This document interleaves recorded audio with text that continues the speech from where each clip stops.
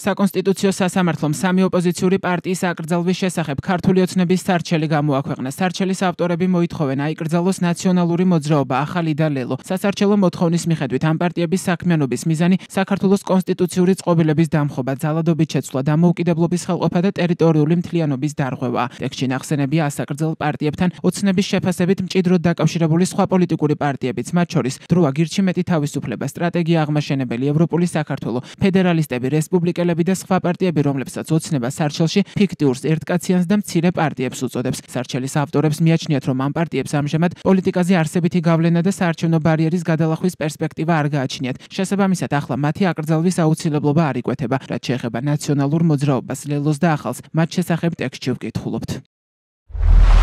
საყოველთაო არჩევნების გზით არჩეულ ორგანოებში საქართველოში მიმდინარე პოლიტიკურ პროცესებსა და ამ კონსტიტუციურ სარჩელში წარმოქმნილ არაკონსტიტუციურ ქმედებებში, მათ შორის საქართველოს სახელმწიფოს წინააღმდეგ წარმოებულ საბოტაჟში, წლების განმავლობაში თვისებრივად ერთნაირი პოზიციით წარმოჩინდებოდნენ, ქმნიდნენ საერთო მისწრაფებებით მოქმედ კოალიციურ ერთობას და ერთიან ორგანიზმს და დღესაც ასე მოქმედებენ. კონსტიტუციურ სარჩელს თან ერთვის წულუკიანის კომისიის დასკვნა და სხვა ტექნიკური დოკუმენტაცია. სარჩელის წარმდგენი ოცნების პარლამენტის 88 დეპუტატია. რაც შეეხება ამ რუსკაცების მიერ თავის ჯიბის საკონსტიტუციო სასამართლოში ეგრეთ წოდებული სარჩელის გაგზავნას, ნათელია რა აბსურდსაც ჩაწერენ შიგნით, აი რა ბოდვებიც ისაუბრეს, რა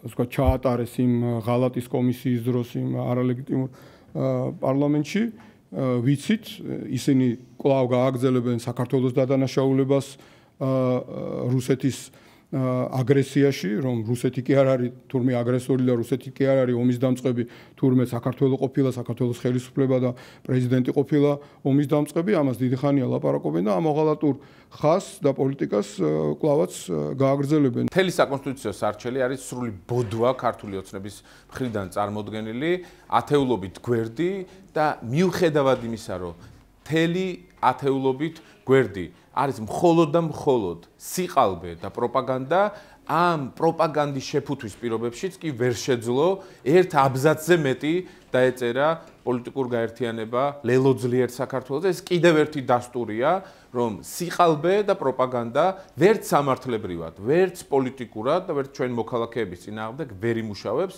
ამ სიყალბეს და პროპაგანდას ჩვენ დაუპირისპირებთ სიმართლეს, რაც არის ერთადერთი გამოსავალი ანტიქართული ოცნების წინააღმდეგ. კანონით პარტიების აკრძალვაზე საკონსტიტუციო სარჩელის განხილვისა და რეგისტრაციიდან 9 თვეს არ უნდა აღემატებოდეს. საქმეს საკონსტიტუციო სასამართლოს პირველი კოლეგია განიხილავს, რომლის შემადგენლობაში ვასილ დროინიშვილი, ევა გოცირიძე, გიორგი კვერენჩხილაძე და გიორგი თევდორაშვილი არიან. მედიაში გავრცელებული ინფორმაციით, საკონსტიტუციოს მოსამართლე ვასილ დროინიშვილი ნაციონალური მოძრაობის ხელისუფლების პერიოდში აჭარის პროკურორი იყო. ის ამ პოზიციაზე მუშაობდა ბათუმში სერჟანტ როინ შავაძის მკვლელობის დროსაც. ეს ის საქმეა, რომელიც ახლა ოცნებას სარჩელში ნაცმოძრაობის აკრძალვის ერთ-ერთ საფუძვლად აქვს მითითებული.